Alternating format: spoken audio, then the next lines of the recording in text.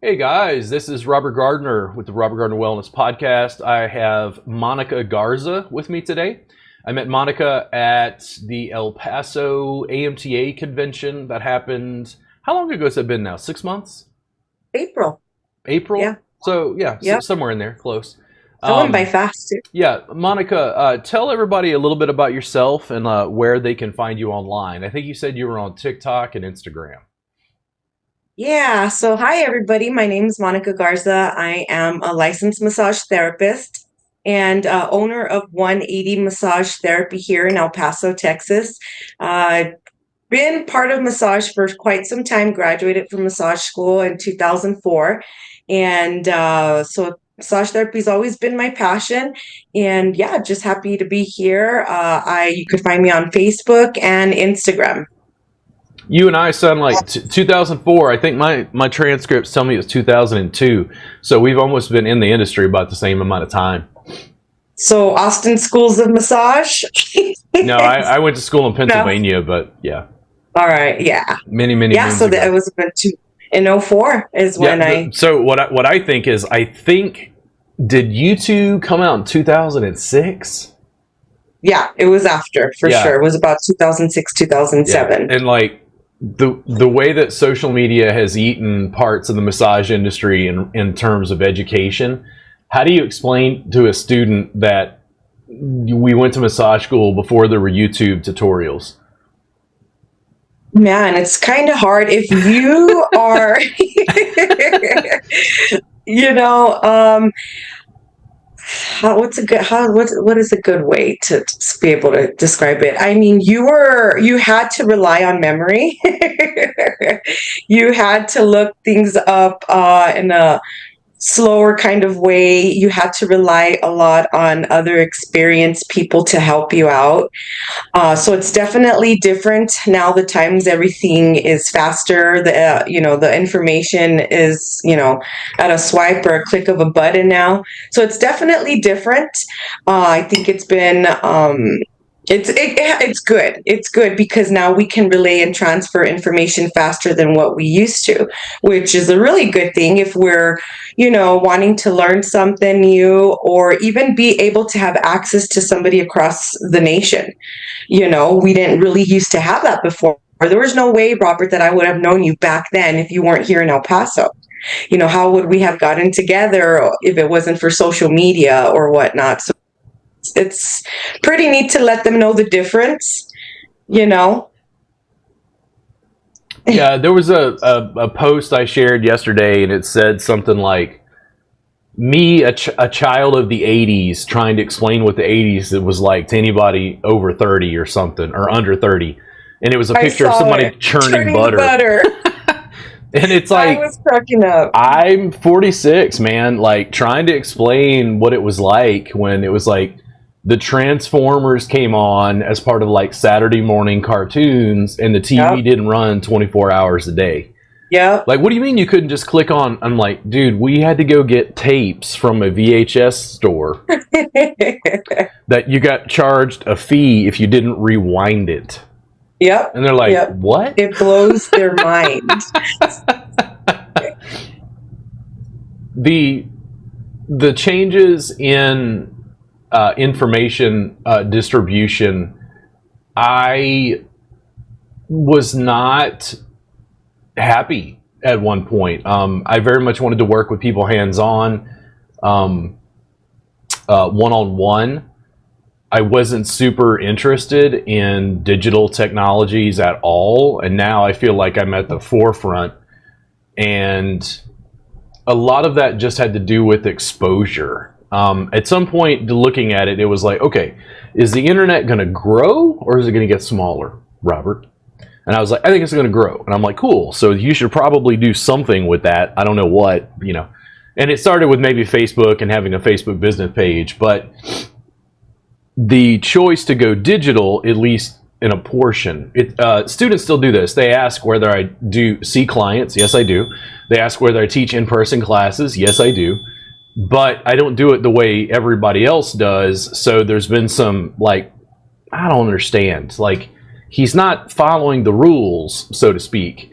And for me, I knew that due to my nuances, we will call them that. I have some very particular nuances as a person.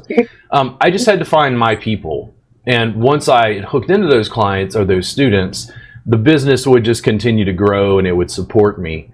What I see is I have students who find me, they turn red. I hate social media. I hate it. And I go, okay, cool. How did you find me? And they're like, oh, I saw a video.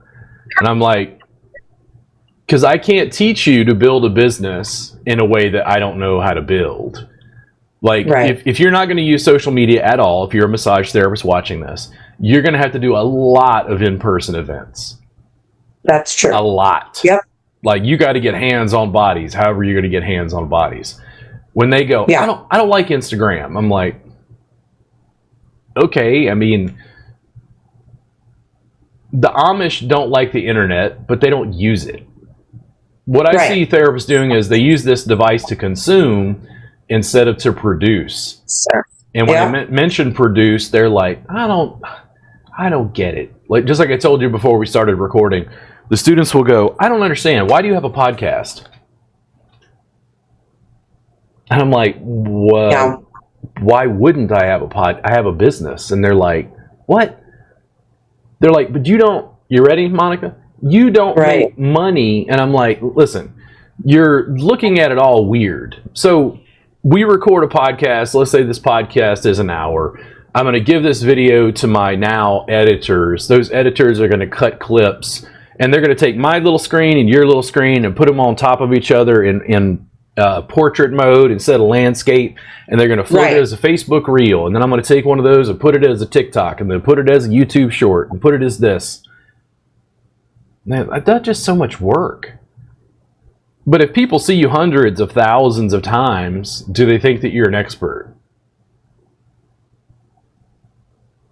Do you find more people who want your service?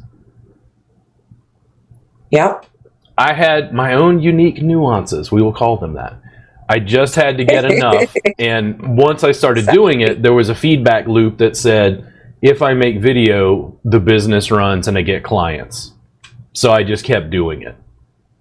Right. Talking to massage students about that, the general vibe I get is very anti-internet. It is very, like, squashing. Not only do they not like it, they actually push back against it. Push it away. Yeah.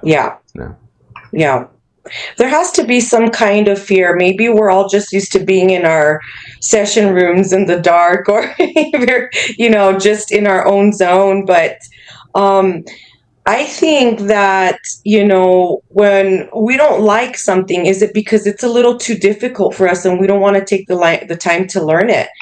That seems too much work. I don't have time. And is there some fear behind that? What is the fear of not wanting to be on camera, maybe? I have opinions on this, yes. Yeah. So I'm sure there's the underlying issue. Which is part of my nuance. Yeah. I think there's a lot that goes behind that. I personally am not a big fan. I'm actually a shy person.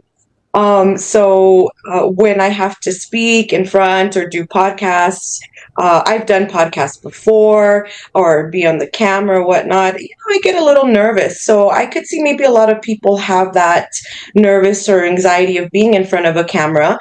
Maybe we're scared of the rejection or what people are going to say, because of course there's a lot of critics while we're on camera. You're always going to have somebody questioning, doubting, putting in their 2 cents. And I think a lot of people also are just in fear of that rejection, of not being accepted by even the community itself. And we'll cut through this real fast. I've done this for so long. My main hater brigade are other massage therapists. Unfortunately. And I'll tell students, why? Why, students? You're in my class. You've come to take this class. Why do massage therapists not like me? And they're like, I don't know. I'm like, okay, do I use a table? No. Do I have people get undressed? No. Do I use lots of oil? No. I'm told what I do is not massage by massage therapists. And then I go, cool, we don't need licenses in all 50 states. And they go, what? No, you can't. And I'm like, I told students who follow me, they're part of our subscription, this is the only post that I ever deleted from that group. Yeah. And I told someone, listen, to me, in the massage industry, the way it is currently, you are a success when you make enough video that other massage therapists hate you.